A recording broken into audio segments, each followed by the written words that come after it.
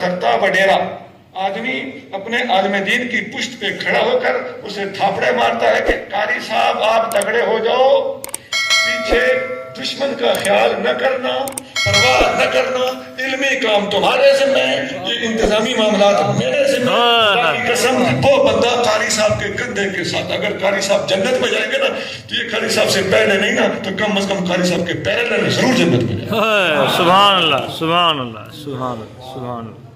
یہ مولوی کس کے سہارے کام کر رہے ہیں؟ ہمیں اللہ اس کے رسول کا سہارا اور کوئی ظاہری سہارا ہمارے پاس نہیں ہے۔ اس کے باوجود مولوی بیچارہ لگا پڑا ہے، گلا پھاڑ رہا ہے، کتابیں لکھ رہا ہے، تنبیہات کر رہا ہے، خطابات کر رہا ہے، کلخانیوں میں بھی آ کے بیچارہ ہمیں نصیحت کرتا ہے۔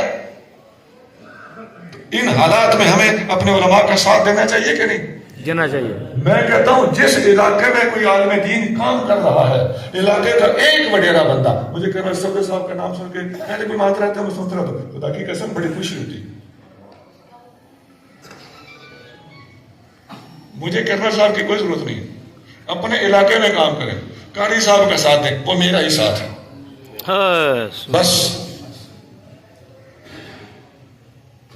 جس علاقے میں علاقے کا کوئی کرتا دھرتا وڈیرا آدمی اپنے عالم دین کی پشت پہ کھڑا ہو کر اسے تھاپڑے مارتا ہے کہ قاری صاحب آپ تگڑے ہو جاؤ، پیچھے دشمن کا خیال نہ کرنا، پرواہ نہ کرنا، علمی کام تمہارے ذمہ ہے، یہ انتظامی معاملات میرے ذمہ ہے۔ کی قسم وہ بندہ قاری صاحب کے کندھے کے ساتھ، اگر قاری صاحب جنت میں جائیں گے نا تو یہ قاری صاحب سے پہلے نہیں نا تو کم از کم قاری صاحب کے پہلے ضرور جنت میں جائیں گے۔ سبحان اللہ، سبحان اللہ، سبحان اللہ، سبحان اللہ، سبحان اللہ۔ اس قسم کے لوگ اگلے زمانوں میں ہوتے تھے، بادشاہان وقت صوفیاء کے پاس آتے تھے، علماء کے پاس آتے تھے، بات بتاؤں کیا کہتے تھے؟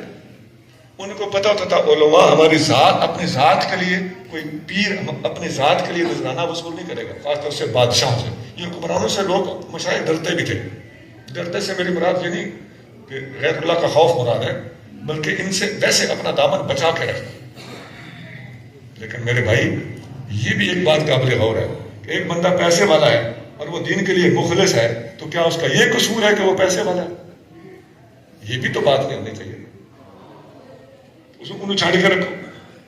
تو یہاں ایسے مشائخ اور اولیاء نے ایسے لوگوں کے ساتھ نہایت اعتدال بھی برتا ہے، اور وہ لوگ بادشاہان وقت اولیاء کے پاس آ کے کہتے کیا تھے کہ انہوں نے ویسے تو ہم سے لینا کچھ نہیں، آ کے کہتے تھے حضرت جی آپ کا کوئی قرضہ ہے، کسی کا قرضہ دینا ہے، تو چونکہ قرضے والے شہید کی بھی ہر چیز معاف ہو جاتی ہے، قرضہ معاف نہیں ہوتا۔ اللہ اللہ۔ تو صوفیاء پھر مان لیتے تھے کہ ہاں قرضہ ہے۔ اس مد میں وہ دو لا کے طریقہ کر کے اٹکل کر کے ہیلا کر کے وہ دے جاتے تھے۔ یہ میں نے بتایا کہ ہم ان علماء کے پاس آئیں، ان سے رابطہ رکھیں، ان سے محبت کا اظہار کریں اور انہیں فرشتے نہ سمجھیں، انہیں انسان سمجھیں، اور اس دور میں جس قدر بے بسی کے عالم میں یہ دین کی خدمت کر رہے ہیں، اس خدمت کو سراہتے ہوئے ان کا ساتھ دیں۔ اس کی وجوہات وہ ہیں، طریقہ کار بھی وہ ہے جو فقیر نے پچھلے چند منٹوں میں عرض کیا۔ اللہ، سبحان اللہ، سبحان اللہ۔ اب آگے چلیے، اگلی گزارش یہ ہے کہ اس وقت جو اسلام کو خطرات ہیں ان میں چوٹی پہ آنے والا خطرہ اس وقت جو ہمیں محسوس ہو رہا ہے وہ ملحدین کا خطرہ۔ میں ختم نبوت پہ کام کرتا ہوں، لیکن اس کا مطلب یہ نہیں کہ میں اسی موضوع کو ہر چیز سے آگے رکھوں۔ ریالٹی کیا ہے؟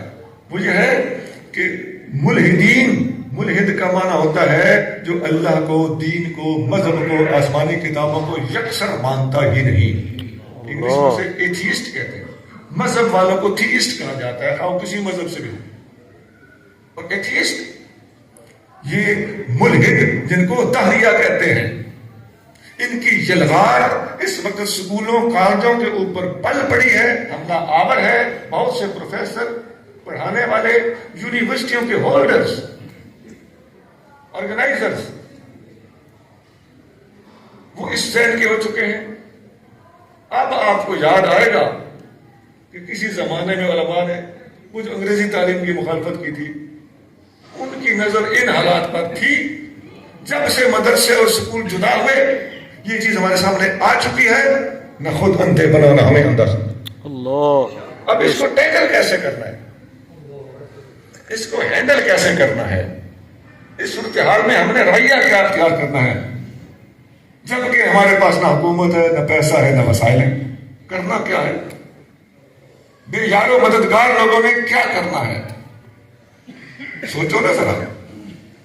یہاں تھنک ٹینک چاہیے, یہاں میرے جیسے عوامی خطیبوں کا نہیں مشورہ چلے گا جن کی سوچ ہی اپنے محلے سے باہر نہیں ہوتی, جو صرف اور چند اشعار پڑھ کر چند شاعروں کو اپنے ساتھ ملا کر, اور نہ ہی یہ شاعریاں کام آتا ہے.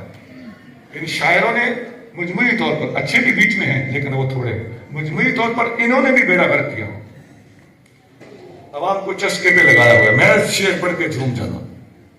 یہ اس وقت ناکافی ہے, اس وقت مجدد الفسانی کی سوچ چاہیے. اللہ. اندر غیرت پیدا ہوگی, اٹھیں گے. جب اندر آگ لگے گی نا دفاع اسلام کے حوالے سے تو پھر ہم اپنے علماء سے محبت بھی کریں گے. جب کسی کا پیارا مرتا ہے نا تو آپ نے دیکھا ہوگا بھائیوں کے گلے لگ کے مل کے ڈھائیں مار کر روتے ہیں کہ نہیں روتے؟ کیوں؟ پتہ ہوتا ہے تیرا میرا درد آج ایک ہے. میں نے ایک مثال دی ہے, تشبیہ ان کو دن بجو نہیں ہوتی, کوئی بادشاہ نہ بنے. میں مثال دے, جب ہم سب کا درد ایک ہو گئے نا اس وقت ہمیں علماء سے محبت بھی ہو. درد ایک ہو, محبتیں پیدا ہو جائیں گی. نہ ہو تو پھر کیا, پھر گلے لگ کے رو گے, پھر اگلے کی چھوٹی موٹی خطا کو درگزر کرو گے کہ آپ مین مشن پہ نظر رکھو, چھوٹی بات کو چھوڑو.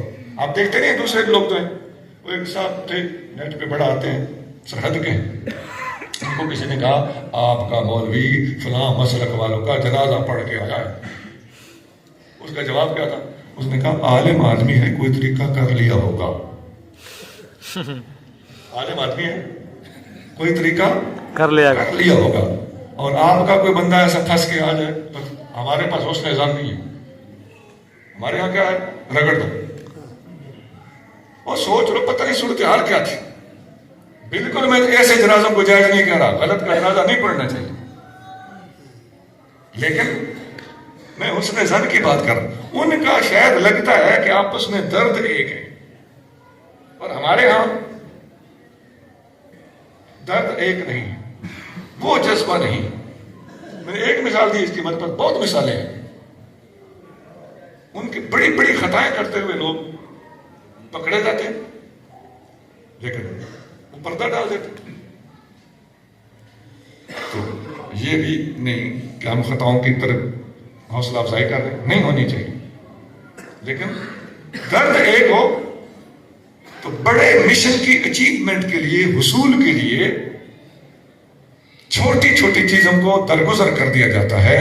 اس لیے ایک بڑے ٹارگٹ اور بڑے مشن کو حاصل کرنے کے لیے میرا ہم سفر ہے. سبحان.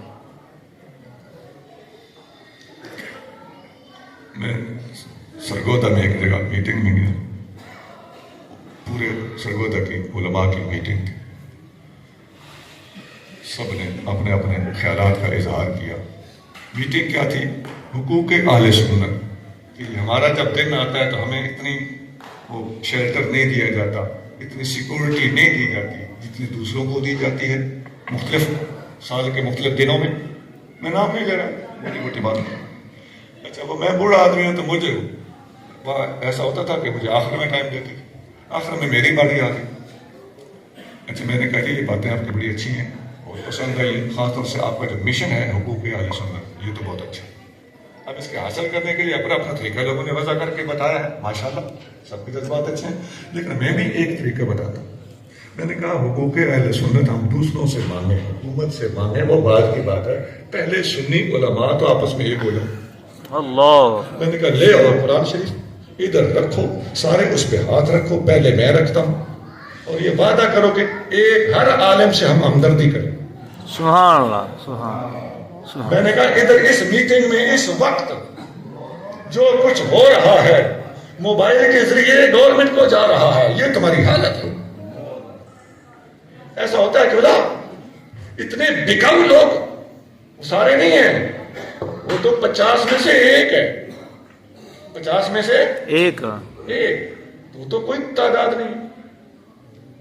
لیکن میں نے کہا قسم اٹھاؤ نا، آپس میں حدیث میں آتا ہے، بخاری میں حدیث ہے، حضرت جریر بن عبداللہ بجلی فرماتے ہیں میں نے حضور صلی اللہ علیہ وسلم کے ہاتھ پہ صرف ایک کام کی بیعت کی تھی، یا رسول اللہ میں ہر مومن کا بھلا سوچوں گا، سبحان بیعت کی باقاعدہ۔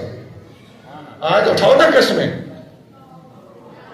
اللہ، ہر عالم کا، ہر بزرگ کا، ہر اپنے کا بھلا سوچیں گے، اس کو بے عزت نہیں ہونے دیں گے انشاءاللہ انشاءاللہ انشاءاللہ۔ انشاءاللہ تعالی۔ یہ اس جگہ سے مشن چل پڑے، آج کے بعد یہ سبق پکا لیں۔